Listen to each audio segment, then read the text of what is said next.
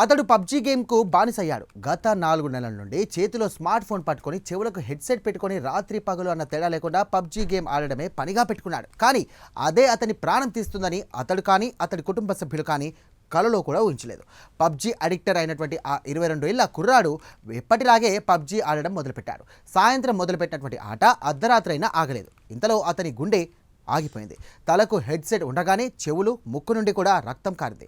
అది చూసి కుటుంబ సభ్యులు ఆసుపత్రికి పరుగున తీసుకుని వెళ్ళినప్పటికీ ప్రయోజనం లేకుండా పోయింది. అతడు కన్నవారిని వదిలి అనంత లోకాలకు వెళ్ళిపోయాడు. ఇంతకీ ఏం జరిగింది? పబ్జీ గేమ్ అతడి ప్రాణం ఎలా తీస్తుంది? వైద్యులు అతడి మరణానికి నిర్ధారించిన కారణం తెలిస్తే మీరు షాక్ అవుతారు. అదేంటో ఇప్పుడు చూద్దాం. ఆన్లైన్ గేమర్స్కు గుండెల్లో దడ పుట్టించే సంఘటన ఉత్తరప్రదేశ్లోని మీరట్లో చోటు చేసుకుంది. పబ్జీ అంటే ప్రాణమైనటువంటి ఓ 22 ఏళ్ల కుర్రాడు ఆ పబ్జీ గేమ్కి బలైపోయాడు. అతడి మరణ వార్త కేవలం ఒక వార్త మాత్రమే కాదు, ఎంతోమంది పబ్జీ గేమర్స్కు ఒక వార్నింగ్ కూడా.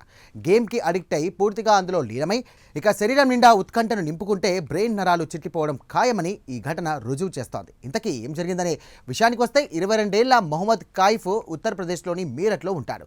కైఫ్ ఎంతో యాక్టివ్గా చురుగ్గా ఉంటాడు. స్మార్ట్ ఫోన్ పట్టుకున్నాడంటే పబ్జీ గేమ్ క్షణాల్లో ఆడిస్తాడు. టాస్క్ కంప్లీట్ చేసి విన్ అయ్యే కూడా ఫోన్ వదలడు. తన పక్కన ఏం జరుగుతుందనేది కూడా అస్సలు పట్టించుకోడు. ఇదే క్రమంలో అతడు గత శుక్రవారం హెడ్ ఫోన్స్ పెట్టుకొని అర్ధరాత్రి వరకు కూడా పబ్జీ ఆడుతూనే ఉన్నాడు. దీంతో ఒక్కసారి సోఫాలోనే కుప్పకూలిపోయాడు.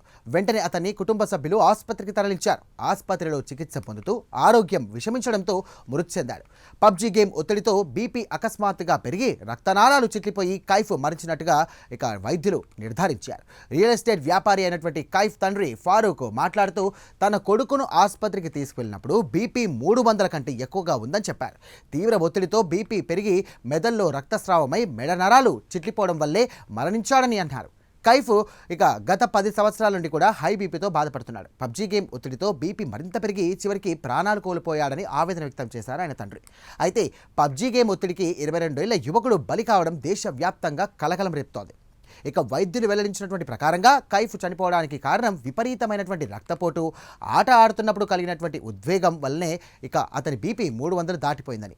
అంతటి తీవ్రమైనటువంటి ఒత్తిడిని తట్టుకోలేకే మెదడులోని సున్నితమైనటువంటి నరాలు చిట్లిపోయాయని, లోపల రక్తస్రావం కావడంతో క్షణాల్లోనే ఆ యువకుడు ప్రాణాలు గాల్లో కలిసిపోయాయి. ఇక ఆరోగ్యవంతుడైనటువంటి యువకుడు ఇలా కళ్ళ ముందే విగత జీవిగా మారడం ఆ కుటుంబం దిక్కుతోచని స్థితిలో పడిపోయింది. అయితే వర్చువల్ ప్రపంచంలో గెలుపు కోసం పడే తాపత్రయం శరీరంలోని నాడి వ్యవస్థపై ఎంతటి దుష్ప్రభావాన్ని చూపుతుందో ఈ ఘటన నిరూపిస్తుంది. కంటిన్యూగా గేమ్స్ ఆడడం ద్వారా నిద్రలేమి, ఏకాగ్రత లోపించడం, గుండె వేగం పెరగడం వంటి సమస్యలు తలెత్తుతాయి. ముఖ్యంగా యువత ఈ మాయలో పడి తమ శారీరక, మానసిక ఆరోగ్యాన్ని పణం పెడుతోంది. ఇక మొన్నటికి మొన్న యూపీలో 3 అక్కాచెల్లెలు కొరియన్ గేమ్ ఆడుతూ కొరియన్లా మారాలనే ఆలోచన నెరవేరకపోవడంతో అర్ధరాత్రి 9వ అంతస్తు నుండి దూకి ప్రాణాలు కోల్పోయినటువంటి ఘటన మర్చిపోక ముందే పబ్జీ గేమ్ ప్రెషర్ తట్టుకోలేక యువకుడు ప్రాణాలు పోగొట్టుకోవడం దేశవ్యాప్తంగా చర్చనీయాంశంగా మారింది.